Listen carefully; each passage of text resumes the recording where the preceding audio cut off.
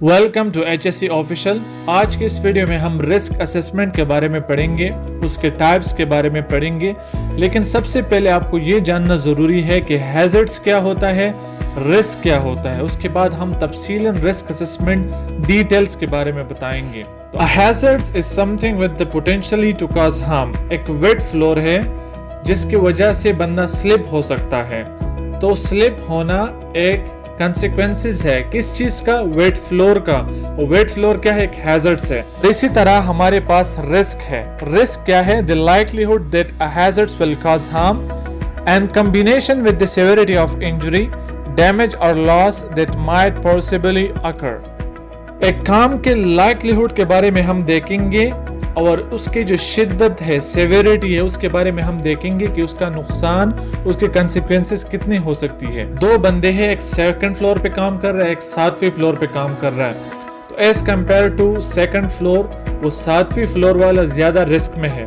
तो आप risk level को देखेंगे और इसी तरह जब रिस्क ज्यादा होगा किसी काम में तो सेवेरिटी, शिद्दत भी उस काम की ज्यादा होगी, नुकसान भी उसी काम की ज्यादा होगी। तो शिद्दत की वजह से डैमेज भी हो सकता है, लॉस भी हो सकती है, कोई बंदा गिर भी सकता है, पर्सनल इंजरी भी हो सकती है, कोई कट भी लग सकता है और प्रॉपर्टी भी डैमेज हो सकती है। तरह there are 5 steps to risk assessment. Identify the hazards, identify people who might be harm and how, evaluate the risk, record the significant findings and implement them. Last is review. Risk assessment में सबसे पहले हम identify करेंगे hazards को। Hazards को हम देखेंगे कि कौन सा हैजर्ड्स है। वर्किंग एट हाइट है, फायर है, इलेक्ट्रिसिटी है, स्लिप ट्रिप फॉल है, कौन सा हैजर्ड्स है। हैजर्ड्स की नौइयत को हम जानेंगे और फिर उसके बाद हम आइडेंटिफाई करेंगे जो भी लोग वहां पे मौजूद हो। Identify people who might be harm and how.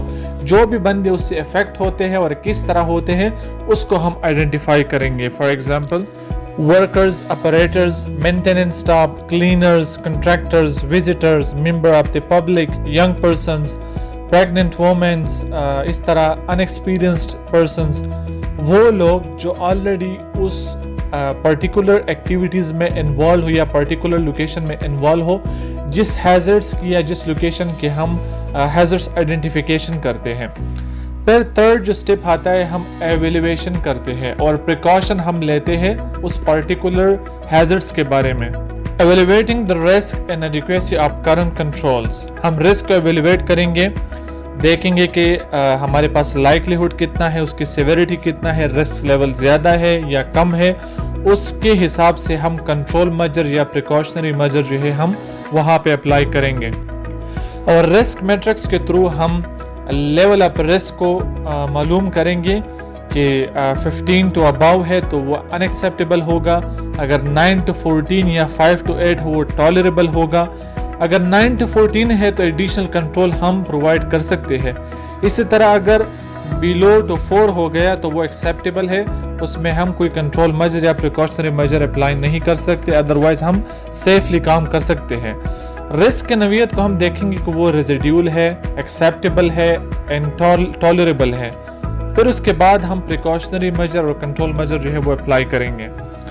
चौथा स्टेप हमारे पास है recording significant findings and implement them. हम आइडेंटिफाई करेंगे उस पर्टिकुलर एक्टिविटीज को, उसको असेस्ट करेंगे जहाँ पे सिग्निफिकेंट हैजर्ड्स जो है वो मौजूद हों।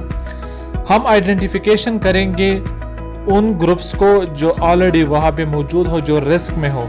हम एवेल्युएट करेंगे एग्जिस्टिंग कंट्रोल मेजर जो हम प्रोवाइड करते हैं वहाँ पे, एक्शन प्लान्स जो हम उधर इम्प्लीमेंट करेंगे या फर्दर प्रिकॉशन अगर वहाँ पे रिक्वायर्ड है तो हम दे देंगे। हम असेसमेंट करेंगे और कंपिटेंट पर्सन जो रिस्क असेसमेंट करता है उसके बारे में हम इंफॉर्मेशन लेंगे और रिव्यू डेट जो है हम लास्ट में मेंशन करेंगे। फिर हमारे पास आता है रिव्यू।